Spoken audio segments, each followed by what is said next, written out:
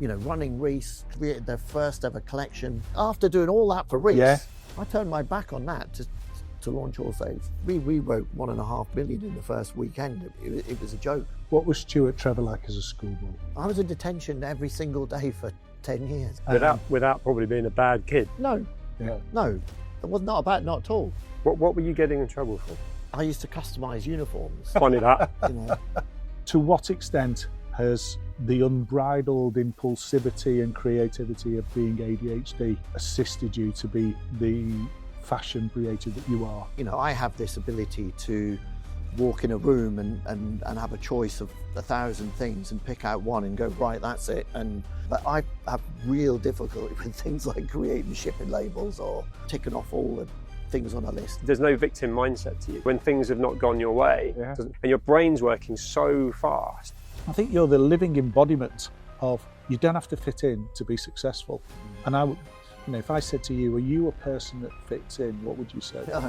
No. Stuart, welcome. Hi. Heard a lot about you and the brand that you created.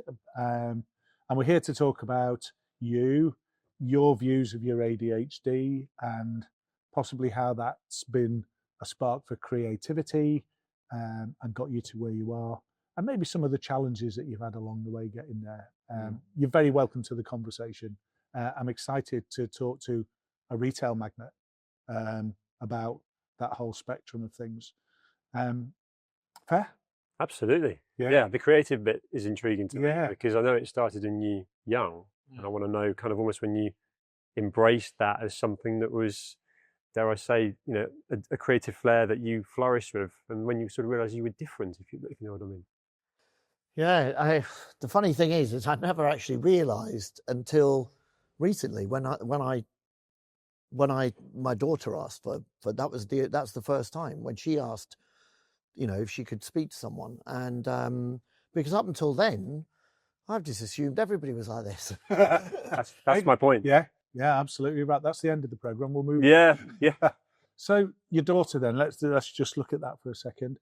She went to, I think it was CAMS, wasn't it, for an assessment and a diagnosis, got a diagnosis. Were you party to that and looking at what she was going through? And well, they give you a list of questions, and the questions are, do you find it difficult to concentrate? Do you find it difficult on something that you're not interested in? Or do you find it, and all these questions, every question has a, no, I'm perfectly fine, and it up to absolutely every single time. And I was like, it's every single time. And, what sort of questions are these? And they went, well, the questions to find out whether you, I said, but you just have to tick I'm going to tick every single box. They went, well, Mr. Trevor, I think you might consider having a test yourself. So you kind of, through experience of your life, you were norm referencing that everybody was where you're not abnormal, different, spiky. Everyone's like you until you actually get the explanation that there is a set of difference. Does that make sense? Well, nobody talked about it when we were young, and I didn't. I'm 58. Yeah, our generation, you were just different. Weren't you? I used to wonder why I'd never got the sack from the only time I've ever been employed. Poor David Reese. I mean, I joined him when I was 18 and left when I was 28. But we used to have these screaming matches, and I remember someone else saying to me, like, I can't believe that the way you, and I went, well, he's shouting at me, and they're like, well, he's your boss. And I'm like, so? Like, it never once dawned on me that most people would never turn around and question anyone in authority or whatever if they knew that they were right. I saw you at the Growth Index Awards last year, and you presented an award. And in fact, spooky thing that's just come to me is we got a special commendation, and it was you that read out our special commendation. Oh wow! And I'm looking at you on the podium, thinking, well, he's got it. And I'm on a table of 10 of my colleagues, and they're all going, he's got it. And here we are, through no connection to that event. Here we are talking about you, ADHD, creativity, and entrepreneurial skills. It's a small world, isn't it? Yeah. And it cycles back around. He's got loads of questions. I'm going to just ask you one more. And that question is, to what extent has the unbridled impulsivity and creativity of being ADHD assisted you to be the fashion person, creative that you are? Well, it's a superpower to me. I you know,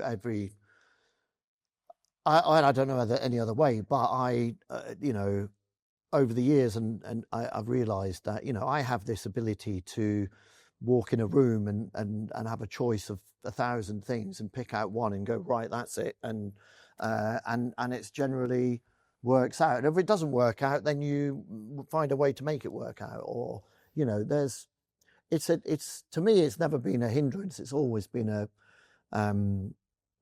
it's made my life easier, but also because it's much easier. You know, some people take forever to make decisions, and I don't. I just make a decision, and quite often they work out for the best. Sometimes you completely mess up, but you know, you just go on with it. That's the hyper focus, though, isn't it? You just zone in, where other people might have a whole committee meeting or take their time and then miss the opportunity as well. You go straight in, and there's probably an element of time, particularly with fashion, where you need to make decisions fast. You need to be hitting, you know, the season and sort of, you know, releasing the next fashion. You've got to be right on it. You can't actually take time. So that's where the superpower becomes powerful. Or are you, as a fashion setter, trend set, are you setting a trend? Yeah. As opposed to following a trend. So where we say there, seeing it and moving quickly to keep up, or being impulsive, not needing to follow the norm, and just saying, no, in my intuition, this is going to be the next fashion, so let's set the trend and let's do that. That's how it's always worked for me. And I, you know, I don't know. I don't like trends anyway. But so I've never ever really looked at what anyone else or what you do. Look at, you know, there are people that you admire or brands that you admire that you might, you know, look at, but not really. I just turn up at a flea market and wander around and serendipitously find things that I like and go away and go, right, that's works with that. And also I'm very lucky in that I can do things that I can, you know, find a vintage military tunic, guards jacket with, you know, whatever, and a pair of beaten up denim jeans and put, or a wedding dress and cut the top off and turn the skirt into a, you know, I used to just have lots of fun. And it was always just doing whatever I thought was fun and could look cool. Quite often it didn't, and then you would just play around with it, and generally it worked, you know.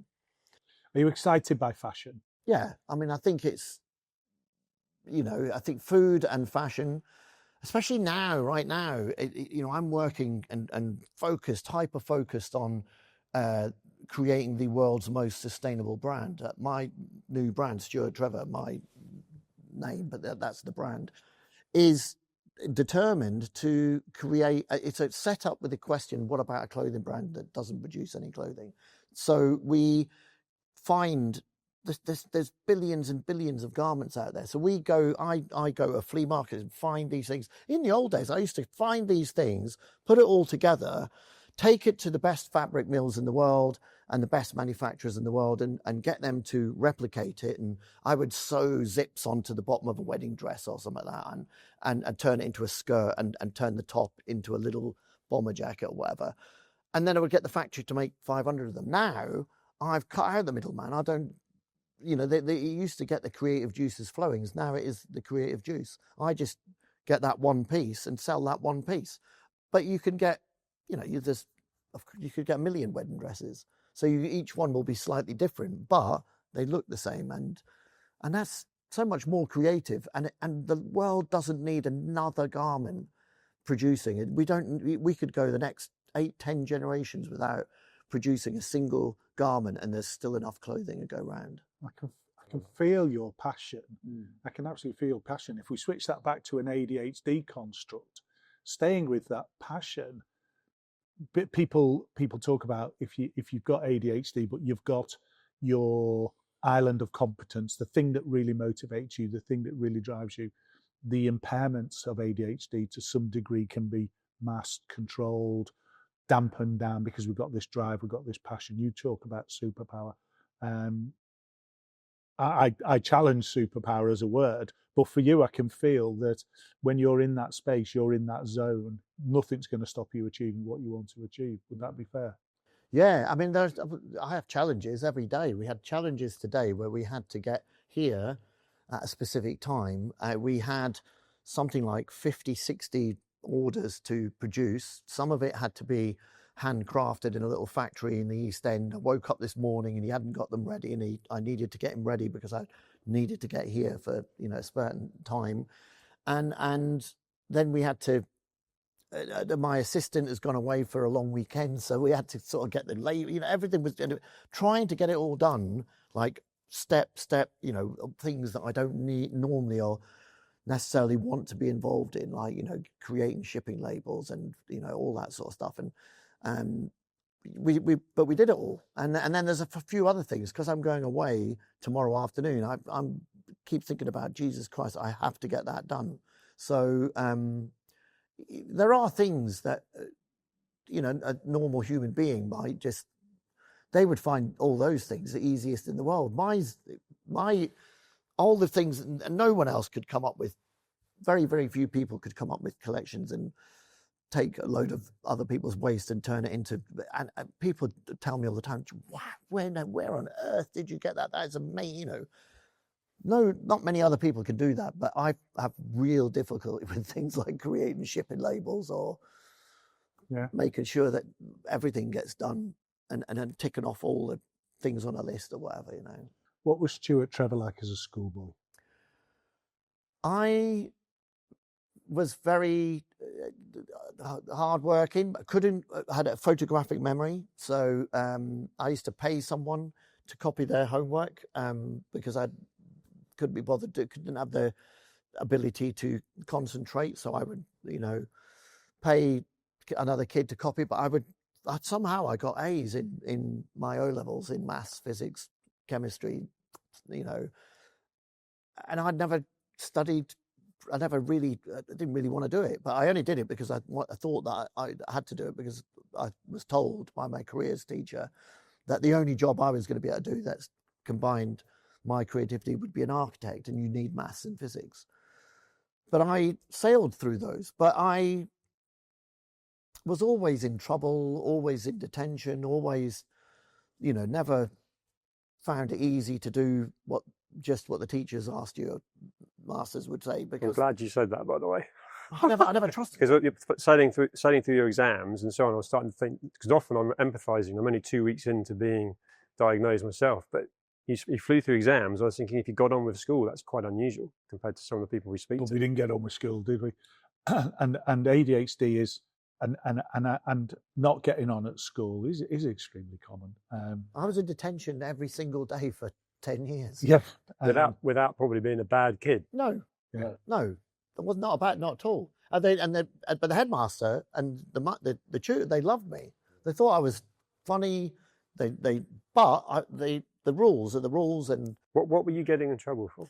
Oh, I used to customize uniforms. Funny that. You know. Funny that. I used to, and I used to wear, you know, but I was also like, I used to be in the art class every single day, the after school club every single day, doing, you know, print club on a Monday and life drawn on a Tuesday and oil painting on a Wednesday, and then printing all the flyers for the school. It was obsessive. Like, I remember thinking that was normal. They used to turn the lights off, and they'd be going, "Come on, you've got to," you know. I didn't want to leave. You're an incredibly successful man, and one of the things that we're on a mission, is that the fair word, is to make sure there's no shame in being neurodivergent, especially ADHD, and also change the narrative that when we've got a construct of assessment that's built around checking for symptoms and checking for impairment, and even using the word disorder as the last word of ADHD, that's a negative spin on somebody's well-being and health. That if we can change the narrative and see the positive, we can actually help people understand that this isn't a bad thing. It's just thing. And I look at you, and God, you are creative. You've got a flair. Just the moment you walked in this room, there's a flair of creativity around you that is infectious. And it is. No, it is. And it's an energy. It is. And I think you're the living embodiment of, you don't have to fit in to be successful. And I would, if I said to you, are you a person that fits in? What would you say? No. But I try. But I you get invited to these weekends, and you think, right, I'm going to really behave myself. I'm going to really try and just turn up and be like, really quiet. And within 3 minutes, you're like, wait, this is this and that. And yeah. But I don't find any of it. So yeah, I'm very happy. I love helping people. I have so much empathy. And I never realised until I read up about ADHD. I come from a very, very caring mother, who really beautiful person, and I have so much empathy. I just want other people to be successful. I want to help people all the time, and I believe I've told recently that that's partly to do with the ADHD. But it's quite interesting because we get to talk to a lot of people that are masked, they've held back, and then you might get yourself a diagnosis in a few months' time, a year's time, and it doesn't feel like it will actually have any grieving. This is where they people often use, because from 18 years old, you were standing up to a very wealthy boss, telling him that this is how it should be, and believing in yourself and backing yourself. Yeah, that's actually quite unusual. But it's not. But arrogance. I sometimes look at it and think, God, where did I get the hubris? Where was I able to tell this guy who had an incredibly successful business that I knew better than him, and he believed me? Do you find though that in terms of we talk with ADHD, we talk about impulsivity, we talk about maybe a lack of filter and what have you, where most people are jank the handbrake and think it's not my place to have this conversation, it's not my turn to have this conversation, I am not worthy to have this conversation. I'm not saying any of those thoughts are appropriate, but a lot of neurotypical would jank the handbrake. You haven't got a handbrake, have you? No, I've never. No, it's in the creative world. In my mind, I've always felt that the best ideas come out of nowhere, and out of mistakes, and so just work within your means, and if obviously it would be lovely, but if you look at the most creative and successful designers we've ever produced, such as Alexander McQueen, Vivienne Westwood, Catherine Hamnett, or they never had the best fabric mills in the world and the best factories in the world. In the beginning, they were going to jumble sales and finding curtains and an old sofa and using that fabric to create collections and cutting up vintage pieces. I grew up in the most incredibly creative period in history, where in the late 70s, early 80s, where musically there was we started out with David Bowie and Mark Bolan and T-Rex, and then there was Slade, and then there was Adamant and the Romantics and all of that. Yeah, the New Romantics, Japan, and all these so all these musical genres coming out of different types, and hip hop and everything else coming along. But also like different types of, when we were kids, one week we had a wedge and we were like a soul boy, and the next week we were, like Michael Jackson, off the wall with a tuxedo and white socks. And then the following week we were like with makeup and hair spiked up. And, you see, that's an automatic difference between you and me. I never did change with fashion. I wore a school uniform and I was very conformist. And that's where I think your life trajectory starts. I couldn't even articulate those things of that period, and you've just gone bish bash, bosh, and I find that infectious. I really do. Let's talk about you as a human for a second. What's the riskiest thing that you've done? Well, I gave up a really, really successful job as a young man, and was offered some incredible jobs and turned them down in order to launch my own brand, without having any money to do it, anyone willing to back it. I'd been to banks, they'd turned me down, and yet I was offered head of buying and at Joseph in Brompton Cross, and I turned that down. I was, running Reese, basically set Reese up as, their high street brand that created their first ever collection.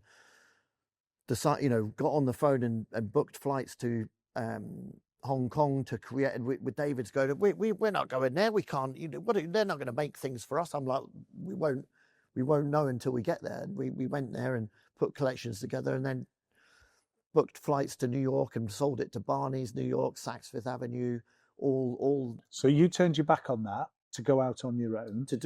After doing all that for Reese, which was bankrupt and then was now a £50 million company. I turned my back on that to launch AllSaints. Impulsively? No, You thought it through? Well, I'd written down how much money we'd sold to Harrods, Selfridges, Liberties, Harvey Nichols, Barney's, New York, Saks, and I'd halved it, and I totted it all up and said, if I could do half the business that I'm doing for David with the new brand, wow, this would be great. So it was a sort of pseudo business plan. You backed yourself. That's the bit. And then I did it, and I found somebody that was willing to produce it, a manufacturer that was willing to back it. They approached me to be their agent. They were doing about 10 million with department stores, and they were going to give me 10%. I said, if you've got that much money, I've got a business plan. Pulled out this bit of paper, and they came back a couple of months later and said, why not? Let's go. And so we did it. In the first season, I had the honeymoon period where you make your choice, you select things. But because of the way I am, I turn up at a fabric mill and go, right, these are the 4 fabrics that I'm doing out of 300. And I'm going to write down, right, I'm going to do this, a flak jacket, a parka, a pea coat, pair of combat pants, and in moleskin, and I'm going to do it in velvet, and I'm going to do it in nylon. And then I'm going to, it was all in about 10 minutes. Well, there you go. And you've helped me with almost a challenge to what you said. This is so, you're incredible. Okay, from my humble perspective, you're incredible. Because I was saying impulse, and you're going, no, I thought it all through. But the truth of the matter is, you hadn't, but you had, compared to a business plan, a stayed meeting, looking for investments, taking this, taking that, making a decision, maybe go for it, maybe not, maybe do. You've just pushed ahead, you've ploughed ahead, and there you go. And it wasn't in 10 minutes, but there you go. You've got 4 options of these clothes. You're with somebody that you've gone and met impulsively, whether you're going to use that word. And then the beauty of what you've done is you've made it work. It hasn't, I don't believe for 1 minute you've been gifted this. I think you've made it work. And never having met you until this interview, I just think that's an incredible story, because it's a phenomenally risk-taking, but it's de-risked because it's you. Well, I knew as well that, I'd taken Reese to Paris Fashion Week and New York Fashion Week, and I knew the buyers, and I knew, although I didn't contact any of them, I just went off and did my own thing, and I felt like as if I'm not going to contact them because I know David Reese would try and put the blockers on her, and I thought I'll just do it, and they know who I am, and rightly enough, they walked round the corner, some of the buyers that I'd sold to, and I was the main man for the whole of it. So of course they came straight to me, and I knew that they would write orders, but I didn't know that it was, we wrote 1.5 million in the first weekend. It was like, it was a joke. We had a booth with queues of people all trying to throw their business card at me. We're from Harrods and all that, fighting over pushing Louisa Villaroma from Florence out the way to get their card in and things. It was kind of weird, but it's a superpower for you. Do you think the majority of people that are operating in that space have got ultimately neurospicy, neurodivergent? I didn't really think about it. The only reason I asked you is because I didn't really recognise that you were. Met you a couple of times, and we were had nice evenings afterwards. Yeah. But I never spotted that. And then I met up with a guy who's become a really good friend of mine. Is the founder of Leon, and he has quite severe ADHD, and I think he's gone through all the diagnosis and all this sort of stuff. And he talks about it a lot, but I've never really ever talked about it a lot.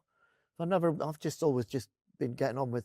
You've not allowed yourself time to stop and think about it, which is actually really refreshing. There's a power. It's beyond an energy. There's a power in you, and you've clearly found your route, found your path with fashion, and that served you well. And you know, entrepreneurial, you've served fashion well, but fashion served you well.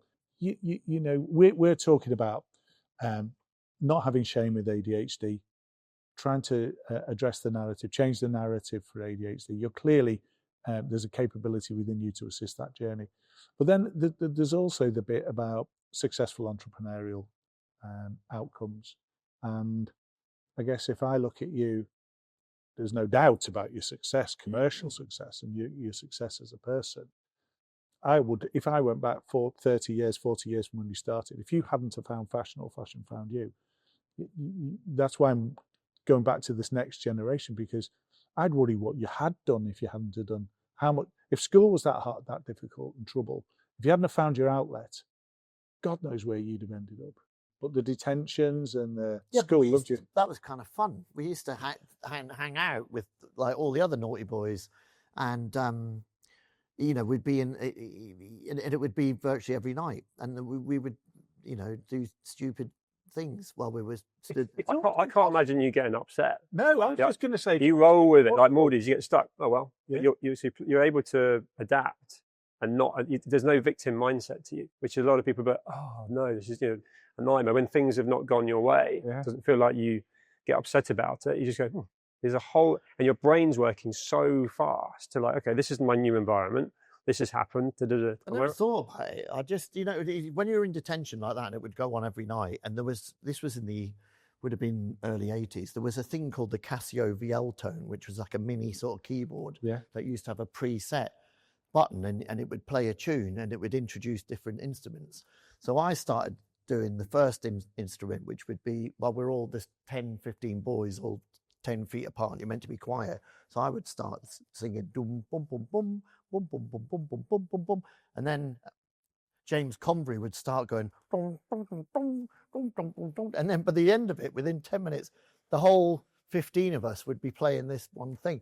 So you would just do these stupid things, and none of it, so it wasn't a detention. That was actually, it was like an after-school club. You created an environment that worked for you in a bad situation.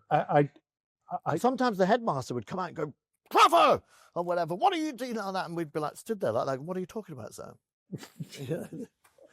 And they used to find it funny because there was, you know, they knew that. You're infectious, man. You really are. You're infectious, and you challenge the norm. You break barriers. You've taken your version of fashion places where other people would fear to go. We've got to wrap around this interview now, which is a crying shame, and I just want to take my hat off to you and say, well done, congratulations, because your ADHD is there. It could have been impairing. It could have been something that made you a victim. You haven't allowed it to. And that's inspirational to me.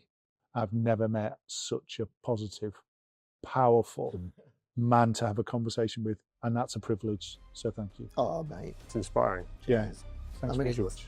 I just, you know, life is fun. We're only here once, and that's why I'm determined to do something that's good for the, you know, better for the planet, and try and encourage more people to look at what I'm doing, and because anyone can do it. If I can do it, anyone can do it. John? No, thank you. Loved it. You're an inspiration, mate. Oh, mate. Cheers.